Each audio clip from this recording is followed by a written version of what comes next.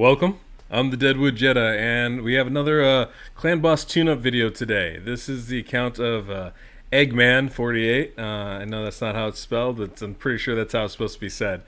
Anyway, he asked if I could come in and look at his Clan Boss team. He's really right now doing between 4 and 3 keys on Ultimate Nightmare. It doesn't make a whole lot of sense considering the strength of his composition. I've already took a quick look, and I spotted a couple problems just with his basic build setup. But we're going to go in, we're going to fine-tune some of the champions, try and re-gear a little bit. I don't have a ton of silver to work with, so I'm going to do my best to try and get that to the spot we want it. Might have to grind a little more in order to get the gear that we need. But he gave me free reign to grab what I need to try to get this team to a 2-key Ultimate Nightmare team. I don't know if I'm going to be able to do that. That's asking a lot, but we're going to try our best. Definitely feel like we can get a very, very good 3-key team together here. So we're going to take a look at it. Let me go show you guys the gear. Trying to take a team to a 3-key Ultimate Nightmare level is a pretty big jump and hard to do. You need a lot of really good gear, you need good jewelry for it, and you need a bit of luck in the champions that you have. This account had the champions, but not the gear, not the jewelry, and not glyphs to help us get over that hump. So what I did decide to do is go with an Unkillable comp. I'll get into how we did that in a little bit as we go to the calculator, but here we have Valkyrie and Rosin and Frozen Banshee. Rosin, you can see his crit damage, defense, and accuracy are a little lower than I'd like, but we were kind of limited with what we had available. And then we brought in Tower and Warcaster, obviously, to block the damage. It's going to be a pretty good composition. I think it'll suffice just fine for us. Alright guys, so here we are at the calculator. I'm going to go over the speeds really quickly and the requirements needed for it. Now, if you're trying to build an unkillable team, I have a bunch of, on the list, of the speed tune list of unkillable squads you can look at, but that's not all that's out there. They're pretty easy to make when you think about it. The only thing you need to do is make sure that your unkillable champion is going enough time so that they get their skill back every cycle. So if a clan boss cycle is a stun and 2 AoEs, within that cycle of attacks, you need your block damage champion, your unkillable champion, to be able to put up that buff on your team. You also need them to be able to, when they put that buff up, be going last in the turn order. And that means that the buff is going to be up a full 2 turns, or a full 1 turn, whichever the champion is doing in that run. That's important. You also need to make sure that your stun is not going on one of those champions, because if that happens, it throws the whole timing of everything off. And that's it. If you can do that, you pretty much got it. So there's a whole bunch that are optimized and have been done a lot on my speed tune list that you'll see in the calculator. I'll highlight the tab up here. This one isn't one of those. I just kind of put it together. I figured if I'm going to build one, let's build one. And this shows you different ways to do this. Now, is this the best way? Maybe not. There are different ways to do it so that, the timing of things is perhaps a little better, but this is what I went with. I was pretty limited in gear, pretty limited in resources, so I kind of said, you know what's going to be the best option for what we have and to do the most damage with what we have, and this is the answer. So, real quick, I have Tower going at 240. That's going to make him take a double turn in this cycle, so he'll take a 4-3 ratio. Warcaster 244, him going first is important, or fastest is important, because his debuff or his buff is only a 1 turn block damage, and Towers is a 2 turn. So the order in which they go is very important for this. Frozen Banshee, I have it going at 222. Now the reason for that is Frozen Banshee, I have to have someone tank the stun with this group. I don't have a block damage buff up. I don't have a cleanser. So I'm going to have Frozen Banshee tank the stun. So I wanted to give her an extra turn so she still had time to put her poisons up. That's where most of our damage comes from.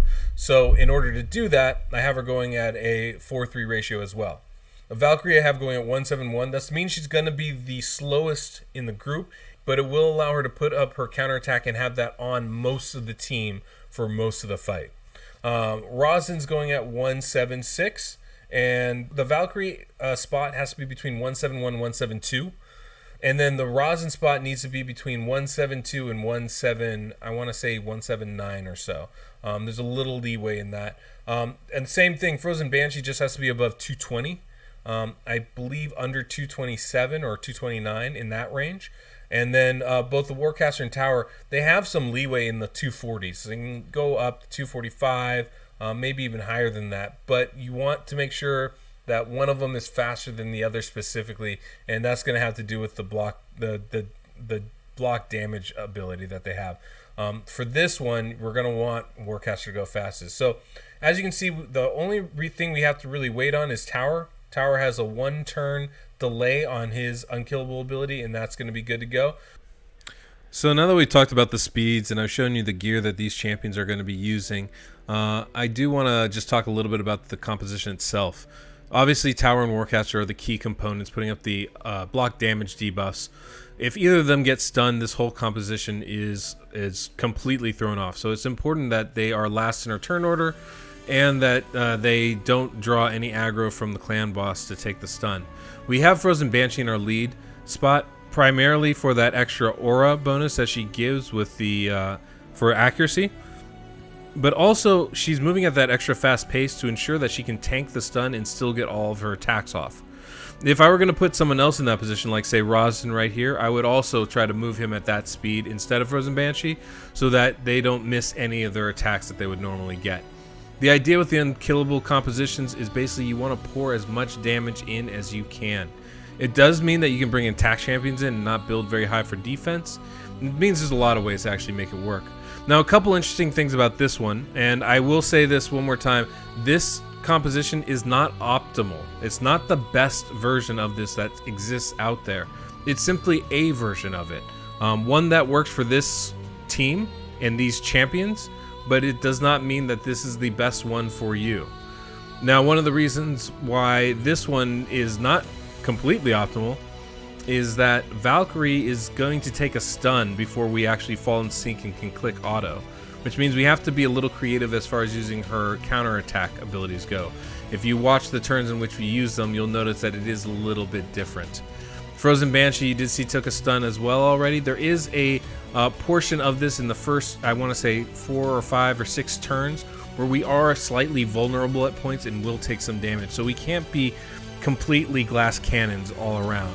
But for the most part, we are going to have our all of our champions are going to have block damage buffs up for the entire fight.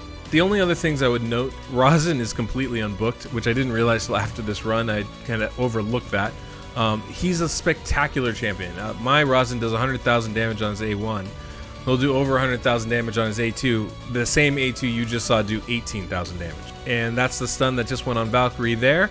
As you can see, we should be clicking auto. We will have the block damage debuff for every turn. And so no one's going to really fall any lower than the health they already have, which is great. Because we have Frozen Banshee as the lead, she'll take the stun. And everything should be pretty copacetic at this point. There's not a whole lot else to say, so I'm just going to let this bad boy run and we'll pick it up at the end.